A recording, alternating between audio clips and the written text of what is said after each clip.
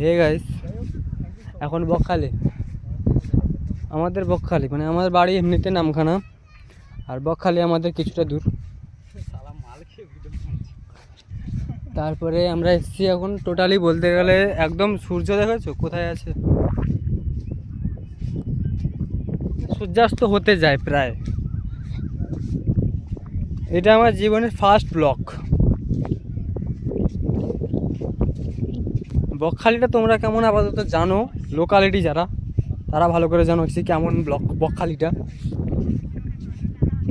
আর যদিও যারা না জানো তারা কমেন্ট করে জানিও যে বকখালি কোথায়। কটা বাজে? Actually this time is 3:21। 3:21 মানে 3:21 হয়ে গেছে, ঠিক আছে। আর এখন টাইম হচ্ছে 3:21, মানে বুঝতে পেরেছো 3:30 নাগাদ, মানে বিকেল টাইমে আমরা এসেছি বকখালি ট্যুরে।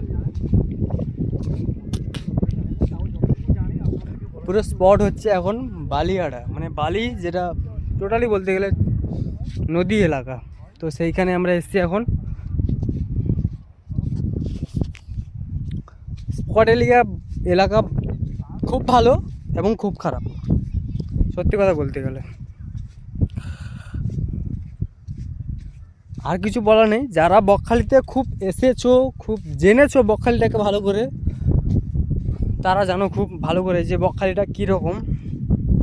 আর যদি না জানো তাহলে কমেন্ট করে জানাও, তোমাদের বকখালি যে এরিয়ার যে লিঙ্কটা শেয়ার করে দেবো।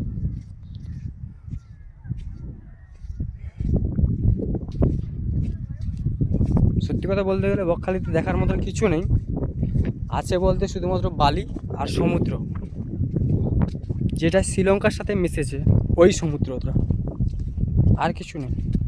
আর এটা বলতে গেলে এটা হচ্ছে বঙ্গোপমহাসাগর, আর কিছু নেই।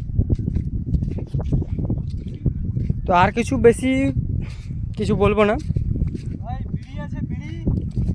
বলতে গেলে এটা বঙ্গোপসাগরের সাথে মিশেছে জানো, বলেছি যেহেতু। আর কিছু বলছি না, এখানেই আপাতত সমাপ্ত করছি। দেখা হচ্ছে পরের ব্লগে।